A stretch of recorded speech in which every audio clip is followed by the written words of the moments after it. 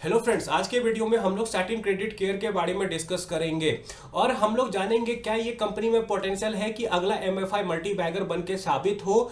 ये कंपनी आज के टाइम पे बहुत ही हिडन है लोगों में। आप इस कंपनी के बारे में ज़्यादा बात करते हुए लोगों को नहीं देखोगे, लेकिन मुझे लगता है this company has full potential to at least give 3x return. ठीक है, मैं एनालिसिस आपको दिखाऊंगा कि क्यों मुझे ऐसा लगता है। तो सबसे पहले आज ना इनका रिजल्ट आया है, तो हम लोग रिजल्ट देख लेते हैं कि रिजल्ट कैसा आया है। तो अगर आप इनका इनकम में देखोगे तो इनकम में आपको दिखेगा ईयर ऑन ईयर 10% का जंप, लेकिन क्वार्टर ऑन क्वार्टर आपको डिप दिखेगा। इसका एक रीजन है, यहाँ पे अगर आप आके देखोगे तो यहाँ पे नेट गेन और loss on fair value changes है, ये वन टाइम था जो कि इनको लास्ट क्वार्टर में एडवांटेज मिला था पर इस क्वार्टर में नहीं मिला, विच इज गुड थिंग। ये ना मिलने के बावजूद भी इनका रिजल्ट अच्छा है। अगर आप आके यहाँ पे प्रॉफिट बिफोर टैक्स देखोगे तो प्रॉफिट बिफोर टैक्स में भी ठीक ठाक जंप आया है, year on year and quarter on quarter भी ठीक ठाक जंप आया है।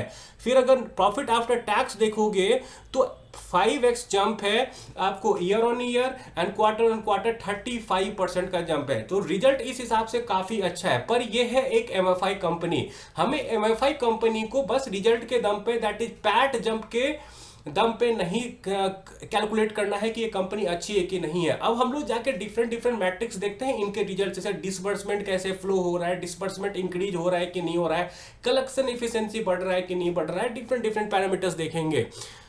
तो सबसे पहले हम लोग यहाँ पे आते हैं और देखते हैं एयूएम में क्या ग्रोथ है। एयूएम में अगर आप देखोगे इनका तो ईयर ऑन ईयर 10% का आपको जंप दिखेगा, डिसबर्समेंट पे 7% का आपको ईयर ऑन ईयर जंप दिखेगा। तो दोनों चीज बहुत ही अच्छे स्पीड से इनका बढ़ा है।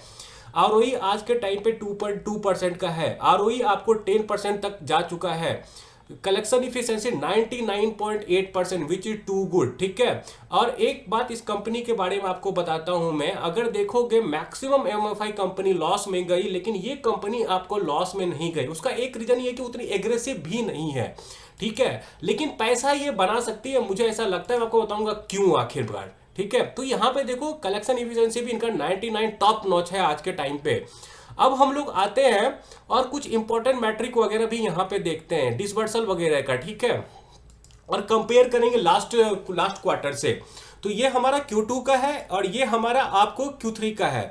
तो सबसे पहले एयूएम देखते हैं क्वार्टर ऑन क्वार्टर कैसे बढ़ा है। अगर आप एयूएम देखोगे क्वार्टर ऑन क्वार्टर तो वो 5% से इस बार बढ़ा है, और लास्ट बार कितने परसेंट से बढ़ा था, 0.8% से। तो काफी लिफ्ट मिला है इस बार। ठीक है, अब आते हैं दूसरा इंपॉर्टेंट मैट्रिक जो कि है आपको डिसबर्समेंट। अगर डिसबर्समेंट यहां पे आकर देखोगे तो ईयर ऑन ईयर 7% से बढ़ा हुआ है, क्वार्टर ऑन क्वार्टर 23% से बढ़ा हुआ है। एंड लास्ट टाइम कितना था, लास्ट क्वार्टर में क्वार्टर ऑन क्वार्टर 17%, तो 6% ऊपर है। क्वार्टर ऑन क्वार्टर इस बार है 23%, लास्ट बार था 17%। तो डिसबर्समेंट भी बहुत अच्छे तरीके से बढ़ रहा है इस कंपनी का।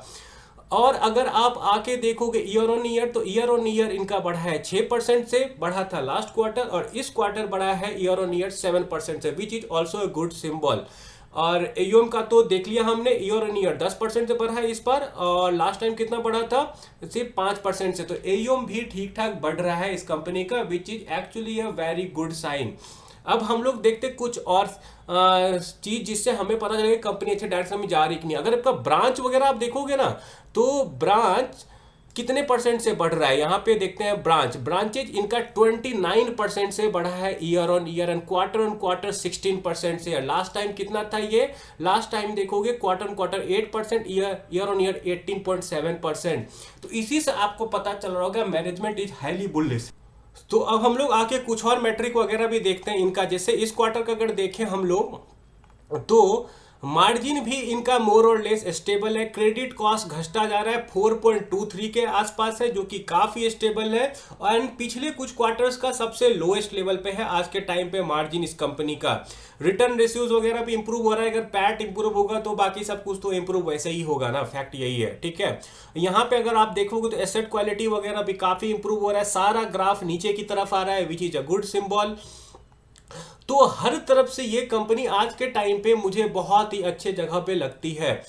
अब मैं आपको कुछ फॉरवर्ड कैलकुलेशन वगैरह करके दिखाऊंगा। देखिए आज के टाइम पे इस कंपनी का आपको पैट आरओए है बस 2.2% का, लेकिन चूंकि ये एमएफआई में काम करती है, इट हैज पोटेंशियल की अपने आरओए को आराम से 3 से 3.5% तो लेके जा ही सकती है, उसमें इसको कोई दिक्कत नहीं होना चाहिए बहुत बड़ा। अब मैं आपको कुछ ना स्क्रीनर पे डेटा वगैरह दिखाता हूँ। अगर आप स्क्रीनर पे आओगे तो सबसे इंटरेस्टिंग चीज क्या है, यहाँ पे देखो प्राइस टू बुक वैल्यू इसका है 0.6 का। वहीं पे अगर आप दूसरी कंपनीज का देखोगे जैसे क्रेडिट एक्सिस का कितना है प्राइस टू बुक रेशियो, इनका प्राइस टू बुक रेशियो लगभग आपको 3 का है। ठीक है, स्पंदना स्फूर्ति का भी ज्यादा है थोड़ा, लेकिन स्पंदना का तो पूरा बुक ही क्लीन हो गया है तो उसका तो हम देख ही नहीं सकते हैं। तो इसका मेन हम देखेंगे मुथूट माइक्रो फाइनेंस है। मुथूट माइक्रो फाइनेंस का देखोगे तो 1.13 है, इसका 0.59 है, तो काफी सस्ती है आज के टाइम पे सैटिन क्रेडिट केयर। ठीक है, और एक बात इनका शेयर होल्डिंग में दिखाता हूं। अगर आप इनका शेयर होल्डिंग वगैरह में देखोगे ना आके, तो यहाँ पे देखो पब्लिक ने कुछ माल तो खाली किया है पिछले 2 क्वार्टर में। यहाँ पे एफआईआई में आपको एक इंटरेस्टिंग नाम दिखेगा जो है मैसाचुसेट्स इंस्टीट्यूट ऑफ टेक्नोलॉजी। ये कंपनी, ये एक्चुअली कंपनी नहीं, एक यूनिवर्सिटी। अगर आप टेक्निकल बैकग्राउंड से हो तो आपको इस कॉलेज के बारे में पता होगा। ठीक है, तो इन्होंने इस कंपनी में अपना 1.1% का स्टेक रखा हुआ और वो भी कंसिस्टेंट है इनका। देन पब्लिक में अगर आके आप देखोगे यहाँ पे, तो पब्लिक में भी दिखेगा आपको ठीक ठाक, ऐसा नहीं कि 56% माल इस कंपनी का पब्लिक में है। तो यहाँ पे एक ये कंसल्टेंट सर्विस है, ये यहाँ पे अपना स्टेक को इंक्रीज की है। देन यहाँ पे ये कौन सा है, ट्रस्ट टीम इन्वेस्टर, इन्होंने भी अपने स्टेक को इंक्रीज किया है। यहाँ पे भवानी फिनवेस्ट है, इन्होंने भी अपने स्टेक को इंक्रीज किया है। लगभग आपको ये दिखेगा कि ज्यादातर लोग इस कंपनी में अपने स्टेक को बढ़ा रही है, पब्लिक यहाँ से सेल कर रही है और बड़े हैंड इसको गैदर कर रहे हैं भर भर के। ठीक है, तो ये यहाँ से एक और पॉजिटिव सिंबल हमें मिलता है कंपनी के बारे में। अब हम लोग जाते हैं कुछ फॉरवर्ड कैलकुलेशन वगैरह करके देखते हैं। ठीक है, तो आप यहाँ पे अगर देखोगे तो कंपनी ने अपने एवीएम को क्वार्टर क्वार्टर 4% से बढ़ाया। तो हम लोग ये एज्यूम करेंगे कि क्वार्टर क्वार्टर कंपनी सिर्फ 4% से बढ़ेगी, लेकिन कंपनी अभी एक्सेलरेट कर रही है तो कंपनी का एवीएम और तेजी से बढ़ेगा। फिर भी हम लोग कंजर्वेटिव कैलकुलेशन करेंगे, हमारा काम है कंजर्वेटिव कैलकुलेशन करना। तो हम आते हैं और यहाँ पे कैलकुलेशन करते हैं। तो मैंने क्या किया, कंपनी का करंट एवीएम है 13,341 करोड़, और मैंने माना कि कंपनी अगले क्वार्टर अपना 1.0 दैट इज 4% से बढ़ाएगी एवीएम का। देन नेक्स्ट ईयर 1.2, तो FY27 तक कंपनी का एवीएम होगा आपको 16,600 करोड़ के आसपास का। पैट बनेगा 541 करोड़, एज्यूमिंग कि 3.25% का ये आरओए करेंगे। They can easily do 4.54 also. ठीक है, तो उस हिसाब से कंपनी का पैट जंप आएगा 3.24x का, और कंपनी का फॉरवर्ड पीई बनता है 3 का। ठीक है, और उसके अलावा मैं एक बात और दिखाता हूं, कंपनी का करंट पीई है 10 का, सबसे सस्ती कंपनी है आज के टाइम पे, पी के हिसाब से भी, बुक वैल्यू के हिसाब से भी। और मैंने फॉरवर्ड बुक वैल्यू भी इसका निकाला। आज के टाइम पे आपको 0.6 का इसका बुक वैल्यू दिख रहा है, लेकिन फ्यूचर में उस टाइम पे इस कंपनी का एज्यूमिंग की मार्केट कैप चेंज नहीं हो, अगर मार्केट कैप चेंज नहीं होगा तो उस टाइम पे कंपनी आपको 0.4 के पी पे बुक वैल्यू पे मिलेगी ये कंपनी। तो उस हिसाब से कंपनी बहुत सस्ती है। एक और कैलकुलेशन मैंने किया यहाँ पे, दैट इज एज्यूमिंग कि कंपनी का आरओए आपको 3.5% का होगा। अगर कंपनी का आरओए 3.5% का होता है तो कंपनी का पैट जंप आएगा 3.5 का, एंड फॉरवर्ड पी बनेगा लगभग 2.86 का।